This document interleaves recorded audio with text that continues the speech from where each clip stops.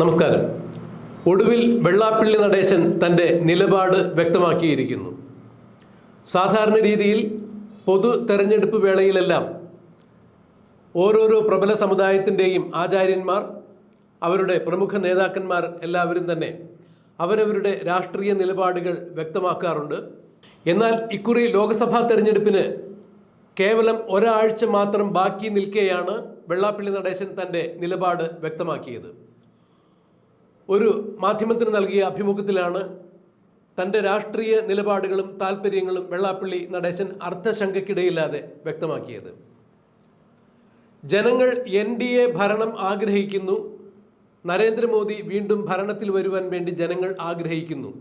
ഇതാണ് എനിക്ക് മനസ്സിലായ കാര്യം എന്ന് തന്നെയാണ് വെള്ളാപ്പള്ളി നടേശൻ ആമുഖമായി പറഞ്ഞു തുടങ്ങിയത്. 300 മുതൽ 400 വരെ സീറ്റുകൾ NDA നേടും എന്നുള്ളതാണ് പറയപ്പെടുന്നത്.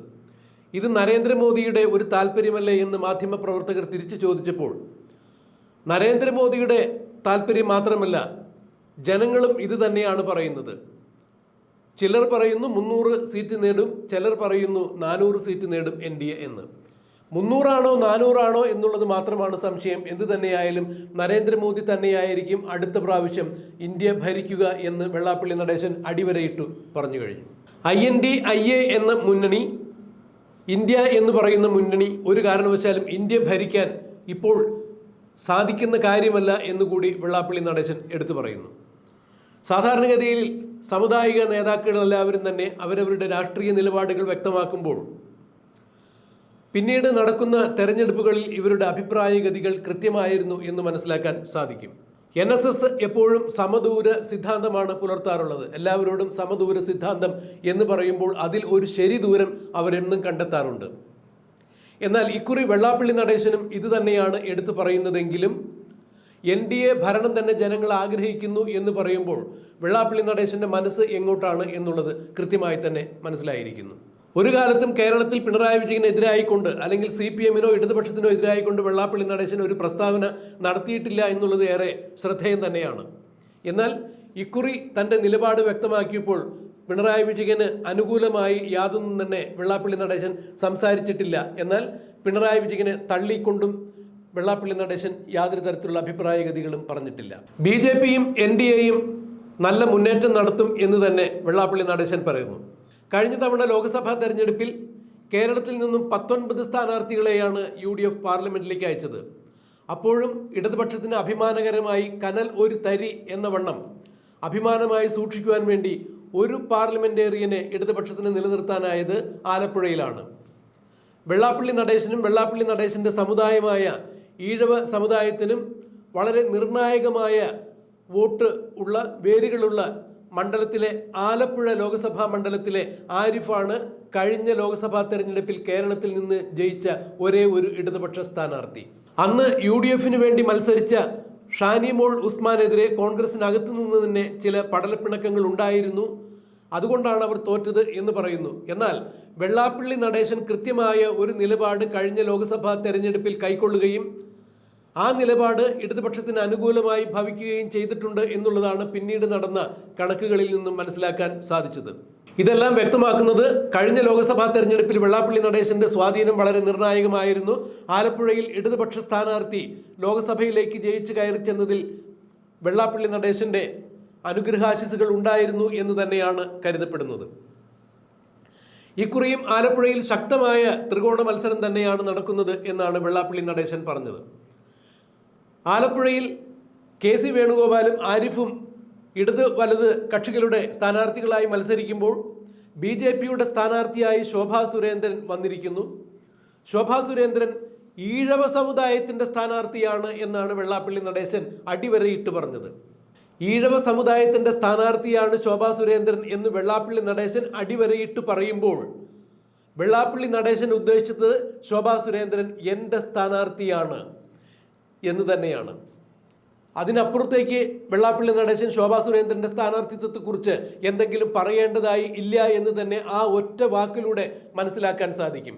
ഈഴവ സമുദായ അംഗമായ ശോഭാ സുരേന്ദ്രൻ ഈഴവ സ്ഥാനാർത്ഥിയാണ് എന്ന് പറയുന്നതിലൂടെ വെള്ളാപ്പള്ളി നടേശന്റെ മനസ്സും വെള്ളാപ്പള്ളി നടേശന്റെ ലോക്സഭാ തെരഞ്ഞെടുപ്പിൽ ആലപ്പുഴയിലെ പിന്തുണ ആർക്കാണ് എന്നുള്ളത് വളരെ കൃത്യമായി തന്നെ സൂചിപ്പിക്കുന്ന വാക്കുകളായിരുന്നു വെള്ളാപ്പള്ളി നടേശൻ പങ്കുവച്ചത്. വെള്ളാപ്പള്ളി നടേശന്റെ പേര് പറഞ്ഞ് ചെന്നു കഴിഞ്ഞാൽ ശോഭാ സുരേന്ദ്രന് ഏതെങ്കിലും തരത്തിൽ എവിടെയെങ്കിലും ദോഷമുണ്ടാകുമോ എന്ന് മാധ്യമപ്രവർത്തകന്റെ കുസൃതി ചോദ്യത്തിന് തിരിച്ച് അതേപോലെ തന്നെ അതേ നാണയത്തിൽ തന്നെയാണ് വെള്ളാപ്പള്ളി നടേശൻ മറുപടി കൊടുത്തത്. ശോഭാ സുരേന്ദ്രൻ എവിടെയെങ്കിലും എൻ്റെ പേര് പറഞ്ഞുകൊണ്ട് ചെല്ലുകയാണെങ്കിൽ ഗുണമുണ്ടാകുമോ എന്ന് എനിക്കറിയില്ല, എന്നാൽ ഒരു കാരണവശാലും ദോഷം ഒന്നും ഉണ്ടാകില്ല എന്ന് കൂടി വെള്ളാപ്പള്ളി നടേശൻ അർത്ഥശങ്കയില്ലാതെ എടുത്തു പറഞ്ഞിരിക്കുന്നു. അതായത് ശോഭാ സുരേന്ദ്രൻ സ്വന്തം സ്ഥാനാർത്ഥി തന്നെയാണ്. വെള്ളാപ്പള്ളി നടേശൻ ഈഴവ സമുദായത്തിൻ്റെ പ്രഗത്ഭനായ നേതാവാണ്. കേരളത്തിൽ വെള്ളാപ്പള്ളി നടേശൻ കഴിഞ്ഞിട്ടേയുള്ളൂ SNDP സംഘടനയ്ക്ക് മറ്റൊരു നേതാവും മറ്റൊരു ആചാര്യനും. ആലപ്പുഴയിൽ ശക്തമായ ത്രികോണ മത്സരം നടക്കുന്നു എന്ന് വെള്ളാപ്പള്ളി നടേശൻ തൻ്റെ അഭിപ്രായഗതിയിലൂടെ വെളിവാക്കുമ്പോൾ ഇക്കുറി ആലപ്പുഴയിൽ ലോക്സഭാ സ്ഥാനാർത്ഥിയായി മത്സരിക്കുന്ന BJPക്ക് UDFൻ്റേതു കൂടിയുള്ള ഒരു വിഭാഗം വോട്ടുകൾ കിട്ടാൻ സാധ്യതയുണ്ട്. തീർച്ചയായും അങ്ങനെ തന്നെ സംഭവിക്കും എന്ന് തന്നെ വെള്ളാപ്പള്ളി നടേശൻ പറയുന്നു. വെള്ളാപ്പള്ളി നടേശൻ ഇത്തരത്തിൽ ചില കാര്യങ്ങൾ വ്യക്തമാക്കുമ്പോൾ അതിൽ അടങ്ങിയിരിക്കുന്ന രാഷ്ട്രീയ പൊരുൾ എന്താണ് എന്നുള്ളത് കൃത്യമായി മനസ്സിലാക്കാൻ സാധിക്കുന്ന തരത്തിൽ തന്നെയാണ് അദ്ദേഹം ചില സൂചനകൾ നൽകിയത്. SNDP സമുദായത്തിനെ സംബന്ധിച്ചിടത്തോളം നിർണായക വോട്ടുകളുള്ള സ്ഥലം തന്നെയാണ് ആലപ്പുഴ. എന്നാൽ SNDP സമുദായത്തിൽ പലവിധ രാഷ്ട്രീയ സംഘടനകളിലുള്ള ആളുകൾ പ്രവർത്തിക്കുന്നുണ്ട്. അവരവരുടെ വിശ്വാസ പ്രമാണങ്ങൾ അനുസരിച്ച് വോട്ട് ചെയ്യാം എന്നുള്ളതെല്ലാം കഴിഞ്ഞ ഇലക്ഷനുകളിൽ തന്നെ വെള്ളാപ്പള്ളി നടേശനെ പോലുള്ള ആളുകൾ പറഞ്ഞിട്ടുള്ളത് കൂടി തന്നെയാണ്. എന്നാൽ ഇക്കുറി UDFിൽ നിന്ന് നല്ലൊരു ശതമാനം വോട്ട് ശോഭാ സുരേന്ദ്രന് നേടാൻ സാധിക്കും എന്ന് വെള്ളാപ്പള്ളി പറയുമ്പോൾ ശോഭാ സുരേന്ദ്രന് എവിടെ നിന്നൊക്കെയാണ് ഏതൊക്കെ തരത്തിലാണ് വോട്ടുകൾ കിട്ടാൻ സാധ്യത എന്നുകൂടി മനസ്സിരുത്തിക്കൊണ്ട് തന്നെയാണ്, അല്ലെങ്കിൽ അത്തരം ചില കണക്കുകൾ മനസ്സിൽ വെച്ചുകൊണ്ട് തന്നെയാണ് വെള്ളാപ്പള്ളി നടേശൻ ഇത്തരത്തിൽ ഒരു അഭിപ്രായഗതി പുറത്തുവിട്ടത് എന്ന് തന്നെയാണ് മനസ്സിലാക്കാൻ സാധിക്കുന്നത്. BJPയുടെ അജണ്ടയിൽ ഉണ്ടായിരുന്ന രാമക്ഷേത്രത്തിന്റെ നിർമ്മാണം ഇന്ത്യയിൽ ആകമാനം BJPക്കും NDAയ്ക്കും അനുകൂലമായ ഒരു തരംഗം ഉണ്ടാക്കിയിട്ടുണ്ട് എന്നുള്ളതിൽ സംശയമില്ല എന്ന് തന്നെയാണ് വെള്ളാപ്പള്ളി നടേശൻ പറഞ്ഞത്. എന്നാൽ കേരളത്തിൽ അത് അത്ര കണ്ട് പ്രതിഫലിക്കുന്നുണ്ടോ എന്നുള്ളത് സംശയം തന്നെയാണ് എന്നുകൂടി വെള്ളാപ്പള്ളി നടേശൻ എടുത്തു പറഞ്ഞു. പൗരത്വ ഭേദഗതി ബില്ലിനെ കുറിച്ച് ചോദിച്ചപ്പോഴും കൃത്യമായ രീതിയിൽ തന്നെയാണ് അദ്ദേഹം അഭിപ്രായം പറഞ്ഞത്. ഇവിടെ ജനിച്ചു വളർന്ന അന്യമതസ്ഥരായ ആളുകളെ ഇവിടെ നിന്നും എങ്ങോട്ടും പറഞ്ഞയക്കാൻ എന്തായാലും പോകുന്നില്ല. പൗരത്വ ഭേദഗതി ബില്ല് കൊണ്ട് ഉദ്ദേശിക്കുന്നത് ഒരുപക്ഷെ പുറമേ നിന്ന് ഇന്ത്യയുടെ ദേശീയ സുരക്ഷയ്ക്കും സമാധാനത്തിനും വിഘ്നമായി വരുന്ന ഏതെങ്കിലും ശക്തികളെ നിയന്ത്രിച്ചു നിർത്തുക എന്നുള്ളത് തന്നെയായിരിക്കണം ഉദ്ദേശിക്കുന്നത്. എന്നാൽ പൗരത്വ ഭേദഗതി ബില്ലിൻ്റെ അന്തസത്ത ഞാൻ കൃത്യമായി തന്നെ പഠിച്ചിട്ടില്ല. അതുകൊണ്ട് അതേക്കുറിച്ച് കൂടുതൽ എന്തെങ്കിലും പറയാൻ സാധിക്കും ഇല്ല ഇപ്പോൾ എന്ന് തന്നെയാണ് വെള്ളാപ്പള്ളി നടേശൻ വ്യക്തമാക്കിയത്. അതെന്ത് തന്നെയായാലും ഒരു മാധ്യമത്തിന് നൽകിയ വളരെ സുദീർഘമായ ഒരു അഭിമുഖത്തിൽ തൻ്റെ രാഷ്ട്രീയ നിലപാടുകൾ കൃത്യമായി തന്നെ വെള്ളാപ്പള്ളി നടേശൻ വ്യക്തമാക്കുകയുണ്ടായി. ആലപ്പുഴ ലോക്സഭാ മണ്ഡലത്തിൽ സംബന്ധിച്ചിടത്തോളം ഈഴവ സമുദായം ആർക്കൊപ്പമാണ്, SNDP സമുദായം ആർക്കൊപ്പമാണ്, ആലപ്പുഴയിൽ ശോഭാ സുരേന്ദ്രൻ എന്ന സ്ഥാനാർത്ഥി ഈഴവ സ്ഥാനാർത്ഥിയാണ് എന്ന് പറയുന്നതിലൂടെ ആ സ്ഥാനാർത്ഥി തൻ്റെ സ്ഥാനാർത്ഥിയാണ് എന്ന് തന്നെയാണ് വെള്ളാപ്പള്ളി നടേശൻ കൃത്യമായ സൂചന നൽകിയത്. മാത്രമല്ല തൻ്റെ ഭാര്യ പ്രീതി നടേശൻ ഒരു മോദി ഭക്ത കൂടിയാണ് എന്ന് എടുത്തു പറയുവാൻ വെള്ളാപ്പള്ളി നടേശൻ മറന്നില്ല. വെള്ളാപ്പള്ളി നടേശൻ്റെ മകൻ NDAയുടെ കോട്ടയത്തെ സ്ഥാനാർത്ഥിയായ തുഷാർ വെള്ളാപ്പള്ളിയുടെ മകളുടെ കല്യാണത്തിന് ഡൽഹി ബോൾഗാട്ടി പാലസിൽ നരേന്ദ്രമോദി നേരിട്ടെത്തിയിരുന്നു എന്നുള്ളതും ആ സന്ദർഭത്തിൽ വെള്ളാപ്പള്ളി നടേശനും നരേന്ദ്രമോദിയും ചർച്ച നടത്തിയിരുന്നു എന്നുള്ള കാര്യമെല്ലാം നമുക്കറിയാവുന്ന കാര്യം തന്നെയാണ്. തീർച്ചയായും NDAയുടെ സ്ഥാനാർത്ഥിയായി തുഷാർ വെള്ളാപ്പള്ളി കോട്ടയത്ത് മത്സരിക്കുമ്പോൾ തൻ്റെ മകനായ തുഷാർ വെള്ളാപ്പള്ളി കോട്ടയത്ത് വിജയിക്കണം എന്ന് വെള്ളാപ്പള്ളി നടേശൻ ആഗ്രഹിക്കുന്നത് പോലെ തന്നെ ആലപ്പുഴയിലെ ശോഭാ സുരേന്ദ്രൻ എന്ന സ്ഥാനാർത്ഥിയും വിജയിക്കുവാൻ വേണ്ടി വെള്ളാപ്പള്ളി നടേശൻ്റെ സഹകരണം ഉണ്ടാകും. അത് ഉറപ്പുവരുത്തിയിട്ടുണ്ട് അന്ന് മോദി എന്ന് തന്നെയാണ് അറിയാൻ സാധിക്കുന്നത്. അക്കാര്യങ്ങൾ എന്ത് തന്നെയായാലും വെള്ളാപ്പള്ളി നടേശൻ അർത്ഥശങ്കയ്ക്കിടയില്ലാതെ സംശയത്തിന് അടിസ്ഥാനമില്ലാത്ത രീതിയിൽ വ്യക്തമാക്കി കഴിഞ്ഞിരിക്കുന്നു. ആലപ്പുഴയിലെ BJPയുടെ സ്ഥാനാർത്ഥി ശോഭാ സുരേന്ദ്രൻ ഈഴവ സ്ഥാനാർത്ഥിയാണ്.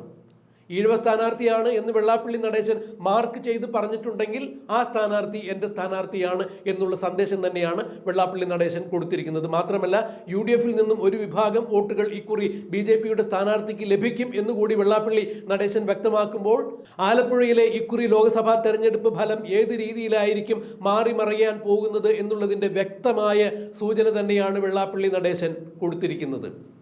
ഇക്കുറി ശക്തമായ ത്രികോണ മത്സരം നടക്കുന്ന ആലപ്പുഴയിൽ ചരിത്രം തിരുത്തിക്കുറിച്ചുകൊണ്ട് ശോഭാ സുരേന്ദ്രൻ വിജയിക്കും എന്നുള്ള ചില കണക്കുകൂട്ടലുകളും സർവേകളും പുറത്തു വന്നിട്ടുണ്ടായിരുന്നു. ഇതിന് അടിവരയിടുന്ന രീതിയിൽ തന്നെയാണ് ഇപ്പോൾ വെള്ളാപ്പള്ളി നടേശനും തൻ്റെ നിലപാട് വ്യക്തമാക്കിയിരിക്കുന്നത്.